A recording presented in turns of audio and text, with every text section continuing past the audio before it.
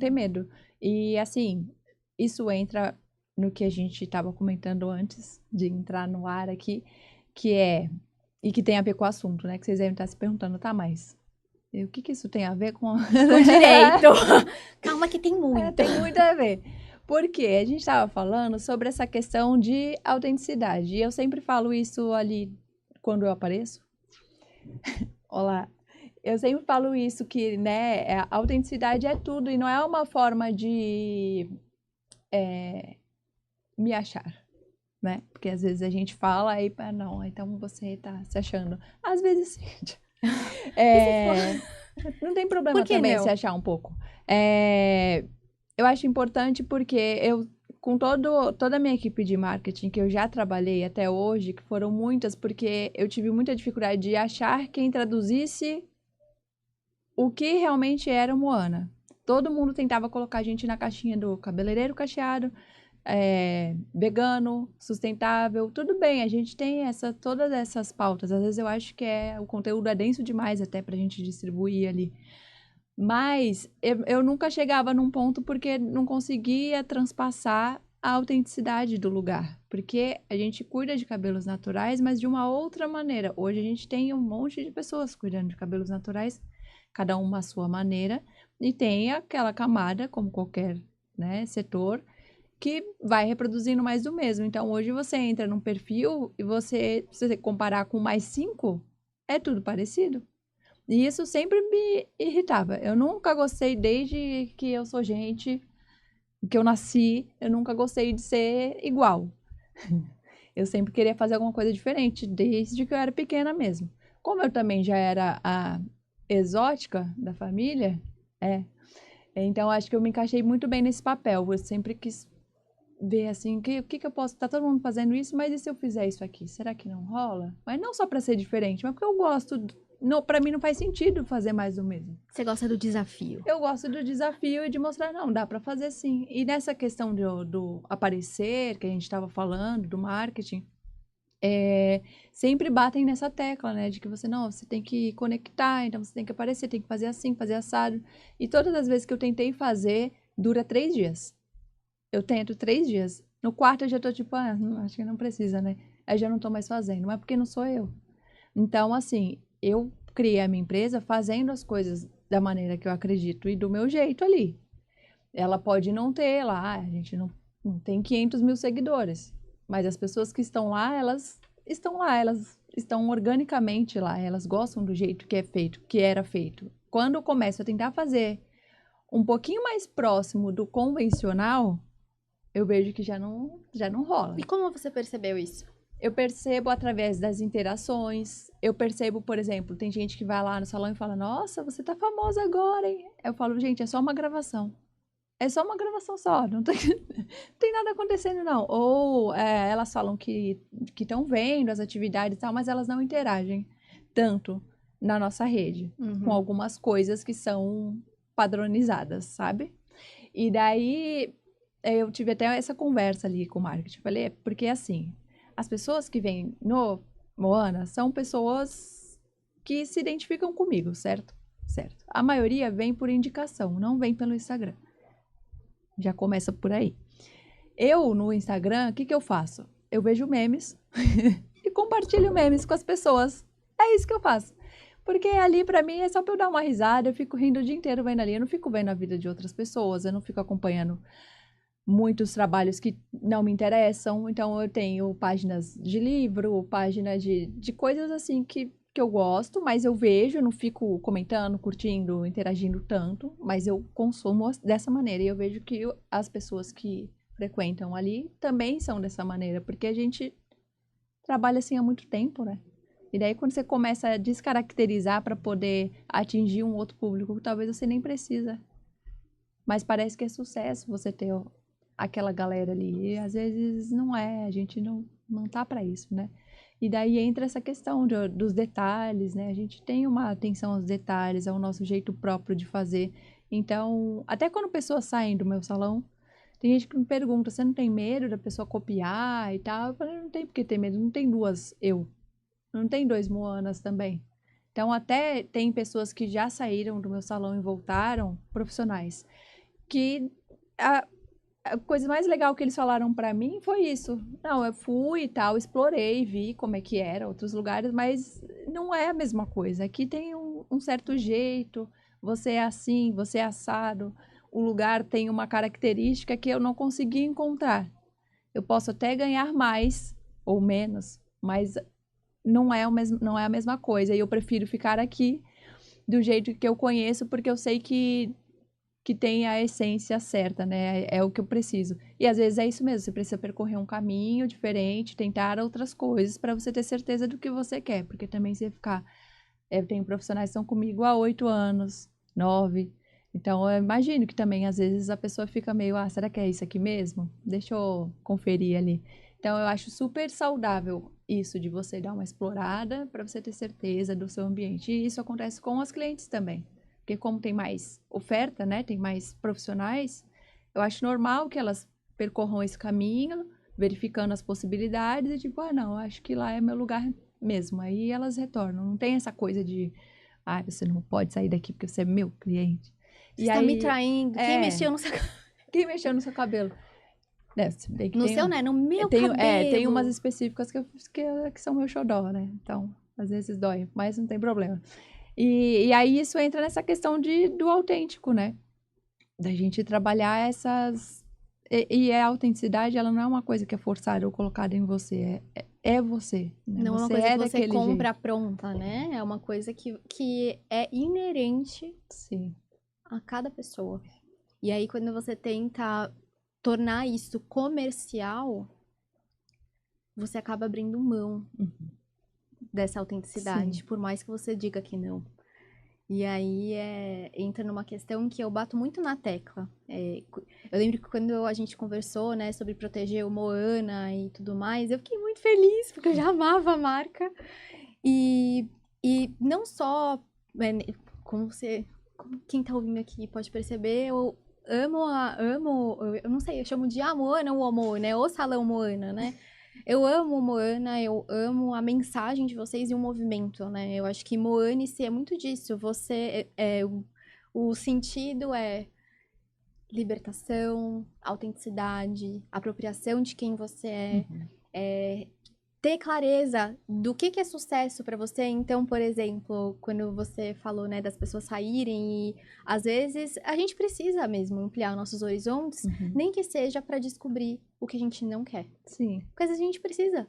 Às vezes a gente não tem clareza, eu quero isso. E conhecer o que a gente não quer já é o primeiro passo pra gente saber o que a gente quer. E eu tenho muitas clientes que me procuram, às vezes, na mesma situação que você tava quando você começou. Porque quando a gente é pioneiro em alguma coisa, cara, é incrível porque você abre um caminho que não foi explorado ainda. E não dá pra você ser egoísta com isso. Até porque imagina se só existisse o Moana para atender todas as pessoas do mundo, por exemplo, que tem a mesma demanda. Seria impossível. E aí é que entra a autenticidade. A partir do momento que você sabe que o que você tem é único, fica mais leve. Não vou dizer que não dói você lidar com casos, por exemplo, de você ter ali uma parceria com alguém, essa pessoa sair, reproduzir o teu modelo de negócios, enfim, para isso, sempre façam contratos. Sempre façam contratos. Não vou dizer que não dói, mas precisa existir essa concorrência. De forma saudável, claro, respeitosa, mas precisa. Porque o que seria, né? Eu vou dar aqui um exemplo bem nada a ver, mas o que seria da Pepsi sem a Coca? São exemplos absurdos, mas o que seria do Burger King sem o McDonald's? Eles precisam existir. Tem quem prefira um, tem quem prefira o outro, e faz parte. E essas são grandes marcas, mas aqui falando, por exemplo, de um negócio local. Criado por uma mulher e com uma equipe formada predominantemente por mulheres. Toda formada por mulheres a equipe atualmente, né? Agora, nesses últimos meses, a gente teve um retorno do profissional, não sei se você lembra, o Anderson, ele tá comigo desde o começo. E daí ele tem retornado, ele atende algumas vezes na semana. Mas até então era uma equipe formada por mulheres, era bem diversa, a gente já Já teve pessoas trans, né? A gente já explorou todo esse universo desde lá do comecinho, né? Quando não era... como eu posso dizer? Não vou usar a palavra comum, mas quando esses ambientes não eram acessíveis para todo mundo, né? Ainda tem limitações. Às vezes eu acho que é só uma coisa muitas vezes de fachada de algumas empresas, sabe? Às vezes parece Levantar que tá tudo, algumas bandeiras. parece que tá tudo acessível, tá tudo muito legal, mas você não vê essas pessoas. Então, né? Mas tudo bem, é um outro assunto. Então uma outra a gente pauta. outra pauta. Muito delicada Então, e muito profunda. Exato. Então eu sempre busquei essa diversidade assim, e eu me conecto muito com as histórias das pessoas, e às vezes eu tenho que dar até uma segurada, porque quando eu vou contratar uma pessoa, eu contrato pela pessoa, né? Às vezes dá certo, às vezes não. E isso é aquela coisa também do familiar, né? Que às vezes a gente tira o empresário e vai como pessoa mesmo. Mas nós somos pessoas, né? Então, é o que eu falei sobre modelos de gestões diferentes, né? Tem quem vai me julgar por isso. Não, você tem que ser técnica, você tem que fazer lá. Tem vários tipos de forma de contratação e testes e tal. A gente faz isso, mas na real, a gente precisa saber quem são as pessoas que vão ficar ali o dia inteiro com a gente. Enfim, volta. O que você estava falando? Nem lembra mais, né? Não. O que a gente estava falando? Eu posso só falar uma coisa que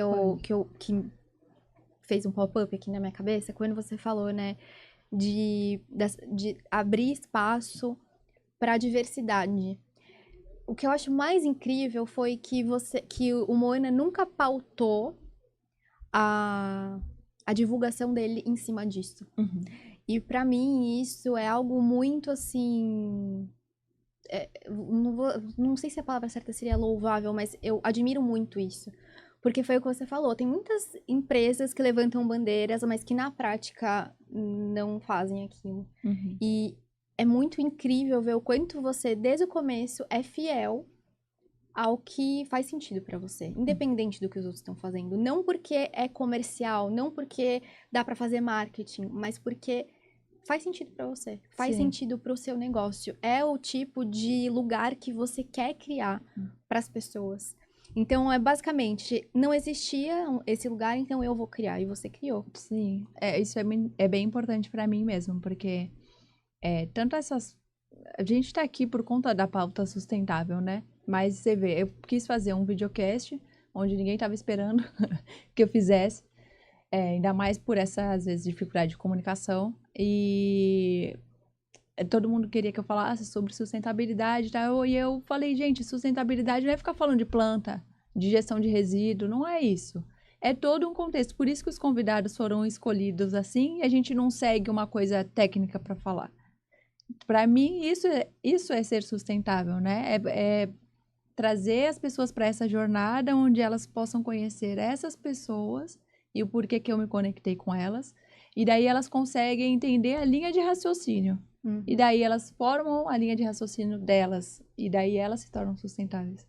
Então, eu nunca gostei de ficar me colocando em caixas, né? Então, a gente não usava os produtos de origem animal, mas eu não queria que falassem que era um salão vegano. Eu nunca usei essa propaganda. Daí, essa questão sustentável também, eu não gosto nem de colocar lá que é pioneiro, que é o primeiro. Às vezes é algum claim do marketing de colocar isso, mas assim, não me interessa ser o primeiro, eu não quero ser o único, sabe? E ainda assim, hoje, aqui na minha região, dessa forma exatamente que a gente trabalha, a gente ainda é o único, mas às vezes pode ser falta de informação, alguma falta de conexão, e é isso que eu estou tentando promover, por mais difícil que seja, porque é muito difícil, porque as pessoas não se abrem para isso.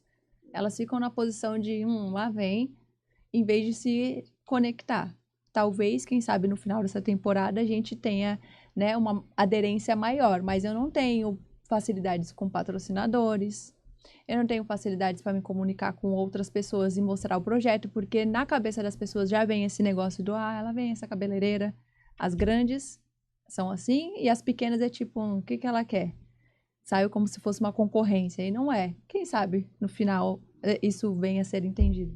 Mas isso que você falou é muito importante, dessas caixinhas, até das nossas coisas sociais. A gente faz o que é possível. Eu não tenho uma regra. Todo mês eu vou fazer. A gente faz o que é possível, porque as pessoas que trabalham comigo, elas têm as suas vidas e tal, e a gente sempre faz as coisas junto. Então, se tem algum projeto social, a gente vai junto lá e faz alguma coisa, mas eu não fico divulgando, sabe? Eu não acho legal esse tipo de... talvez eu tenha que mostrar para poder as pessoas se sentirem incentivadas, mas ainda não achei um modo de mostrar que não pareça que eu tô dando palco para uma coisa que talvez não precisa, que aí entra na questão do low profile que a gente estava falando.